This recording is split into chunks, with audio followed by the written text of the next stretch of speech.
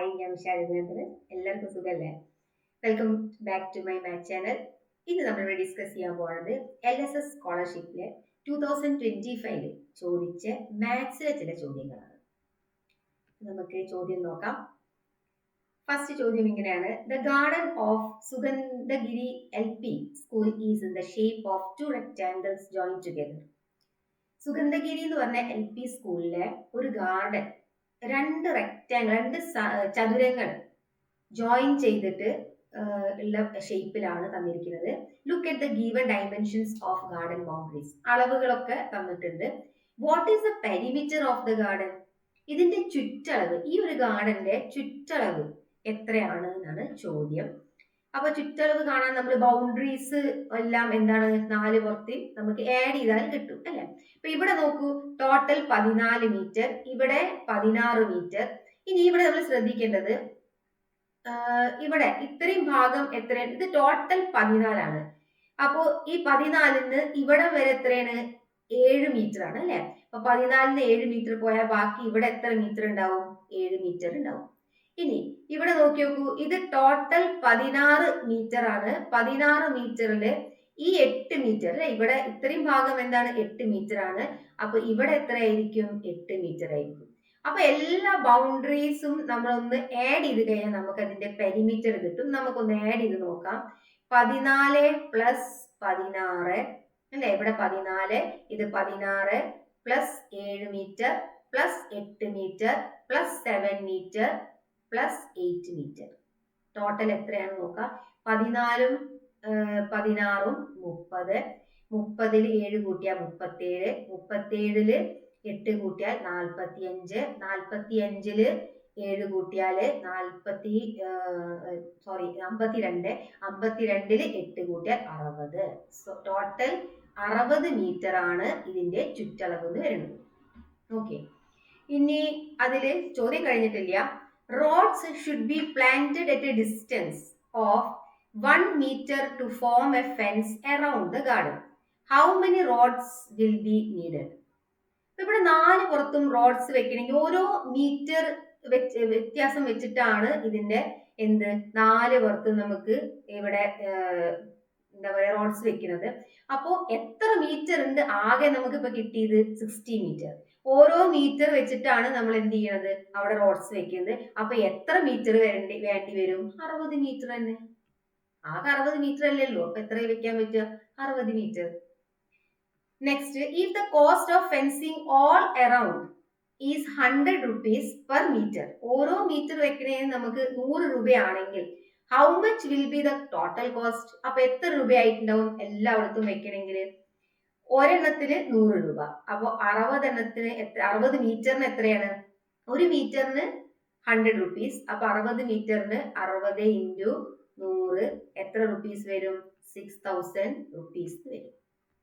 6000 രൂപ വരും. ഓക്കെ, ഇനി അടുത്ത ചോദ്യം നോക്കാം. മൂവന്തിപ്പാടം LP school organized a 2-day Sahasa camp for school children. Check the cost per day of the camp.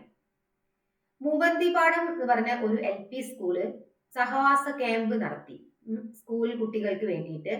അപ്പോ അവരുടെ ഓരോ ദിവസത്തെ പെർ ഡേ ക്യാമ്പിലെ ചെലവുകൾ ഇവിടെ തന്നെ. ഡേ 1ന് 5695 റുപ്പീസ് ചെലവായി.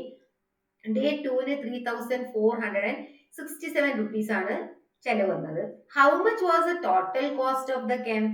അപ്പോ അവർക്ക് ടോട്ടൽ എത്ര രൂപ ആയിട്ടുണ്ടാവും എങ്ങനെയൊക്കെയാണ്? ഇത് രണ്ടും കൂടി നമ്മൾ എന്ത് ചെയ്താൽ മതി? ആഡ് ചെയ്താൽ മതി അല്ലെ.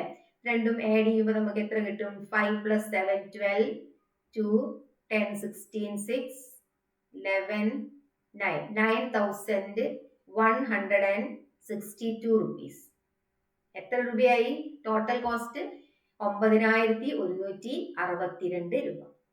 ഇനി അതിൽ തന്നെ നമുക്ക്, അത് 1 മാർക്ക് ചോദ്യമായിരുന്നു. ഇനി അതിൽ തന്നെ ഒരു 1 മാർക്ക് വീണ്ടും ചോദ്യം വരുന്നുണ്ട്. Panchayat provided financial assistance at the rate of 40 rupees per child for the camp. Panchayat ഓരോ കുട്ടിക്കും പഞ്ചായത്തിന്റെ വക ഒരു ഫിനാൻഷ്യൽ അസിസ്റ്റൻസ് കൊടുത്തിട്ടുണ്ട്. എത്ര? 40 രൂപ വെച്ചിട്ട്. If the total number of students in the camp is 102, അപ്പൊ അങ്ങനെ 40 രൂപ അപ്പൊ ആ ഒരു ക്യാമ്പിൽ 102 കുട്ടികളായിരുന്നു ഉണ്ടായിരുന്നത്. ഓരോ കുട്ടികൾക്ക് വേണ്ടിയിട്ട് പഞ്ചായത്ത് 40 രൂപ കൊടുത്തു. അങ്ങനെയാണെങ്കിൽ what is the total amount the school receive from the panchayat?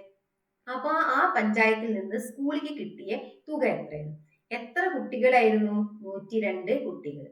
അപ്പോ ഓരോ കുട്ടികൾക്ക് വെച്ചിട്ടും ഓരോ കുട്ടികൾക്കും എത്ര രൂപ കിട്ടി? 40 രൂപ കിട്ടി. അപ്പൊ 102 കുട്ടികൾക്ക് എത്ര രൂപ കിട്ടി?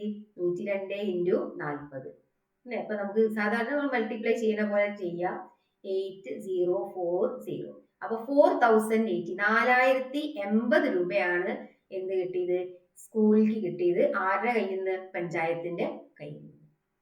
ഇനി next, how much more rupees was spent by the school for the camp after using the financial assistance given by the panchayat? അപ്പൊ ഇവര് ക്യാമ്പിൽ കൊണ്ടുപോയ അവര് ആകെ ചെലവ് ഇപ്പോ ഇവിടെ നമ്മൾ ആദ്യം തന്നെ കണ്ടെത്തി 9162 ആണ്. അപ്പൊ ഈ ചെലവില് പഞ്ചായത്ത് കൊടുത്ത പൈസ നോക്കുകയാണെങ്കിൽ എത്രയാണ്? 4080, 4080 രൂപ അവർക്ക് സ്കൂളുകാർക്ക് പഞ്ചായത്തിന്റെ വക കിട്ടി. ഇനി അപ്പോ സ്കൂളുകാരുടെ കയ്യിൽ നിന്ന് ചെലവഴിച്ചത് എത്രയാണെന്ന് എങ്ങനെ കണ്ടുപിടിക്കാം? ടോട്ടൽ എത്രയായിരുന്നു? 9162. അതിൽ നിന്ന് നമ്മൾ എത്ര സബ്ട്രാക്ട് ചെയ്യണം? നമുക്ക് കിട്ടിയ തുക എത്ര പഞ്ചായത്തിൽ നിന്ന്? 4080. അപ്പോ ബാക്കി എത്ര കിട്ടും? 16805. 5082. 5082 രൂപയാണ് ആരുടെ കയ്യിൽ നിന്ന് ചെലവായത്? സ്കൂളിന്റെ കയ്യിൽ നിന്ന് ഈ ക്യാമ്പിന് വേണ്ടിയിട്ട് ചെലവായത്. ഇനി alumni distributed sweets worth 825 rupees to the children of the camp. If 5 people, ഇവിടെ 5 കാണാനില്ല, എങ്ങനെയാണ് ഞാൻ ഇത് മായ്ക്കാം. അപ്പോൾ 5 people did this by taking equal amounts. How much rupees each of them would have taken? alumni എന്ത് ചെയ്തു? അങ്ങനെ കുട്ടികൾക്ക് സ്വീറ്റ്സ് ഡിസ്ട്രിബ്യൂട്ട് ചെയ്തു. അപ്പോ 825 രൂപയായി സ്വീറ്റ്സ് ഡിസ്ട്രിബ്യൂട്ട് ചെയ്തപ്പോ. അപ്പൊ 5 പേര് കൂടിയിട്ടാണ് ഈ 825 രൂപ തുല്യ തുകയായിട്ട് എടുത്തത്.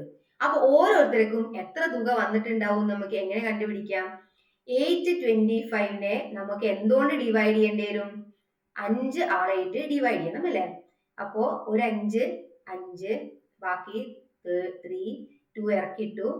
6 into 5 30, 25, 5. അപ്പോ 165 രൂപയാണ് ഓരോരുത്തർ എടുത്തത്. ഇപ്പൊ 165 രൂപ വെച്ചിട്ട് 5 ആള് വീതം എടുത്തപ്പോഴാണ് എത്ര രൂപയ്ക്ക് സ്വീറ്റ്സ് കൊടുക്കാൻ പറ്റിയത്? 825 രൂപയ്ക്ക് അവർക്ക് എന്ത് കൊടുക്കാൻ പറ്റിയത്? സ്വീറ്റ്സ് കൊടുക്കാൻ പറ്റിയത്. ഇതായിരുന്നു ഈ ക്വസ്റ്റ്യൻസിന്റെ ആൻസർ. എന്തെങ്കിലും ഡൗട്ട് ഉണ്ടെങ്കിൽ കമന്റിൽ ചോദിക്കാവുന്നതാണ്. വീഡിയോ ഇഷ്ടപ്പെട്ടിട്ടുണ്ടെങ്കിൽ ലൈക്ക് ചെയ്യുക, ഷെയർ ചെയ്യുക, സബ്സ്ക്രൈബ് ചെയ്യുക.